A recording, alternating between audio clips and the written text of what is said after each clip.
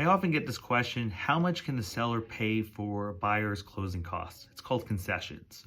I wish it was easy where he said it was a flat 4% or 6% or 3%, depending on the sales price or what have you, but it's actually based on the program itself. So let me go quickly through each individual program.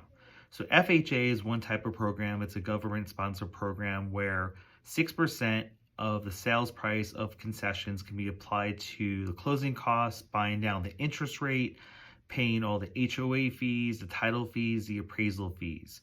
So FHA, it's 6%.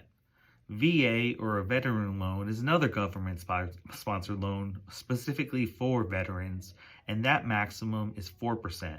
What's cool about VA is that, say if you have a buyer that can't qualify because they have a large credit card bill or a small auto loan with a large payment, the seller can actually pay the buyer's debt at close with this credit, which is the only type of loan you can actually do with that. The third type of loan that's the most popular is a conventional loan. I wish it was this simple, but it kind of depends on how much of a down payment you're putting down. So for conventional loans, if you're putting down 10% or less, the maximum concessions is 3%. If you're putting down from 10% to 25%, it actually increases to 6%.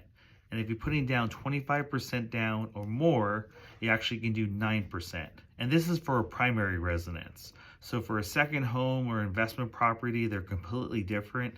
They're a little bit lower. So for a primary residence, those are the ratios. So I see sometimes that we have too much of a credit because the sales price is either too large and they're not putting down that much, where we can't use up the credit and we actually have to reduce the sales price to make the thing work. So I just want to make sure that it's really clear that FHA, conventional, VA, they all have different types of concessions. I just wanted to give this tidbit to you.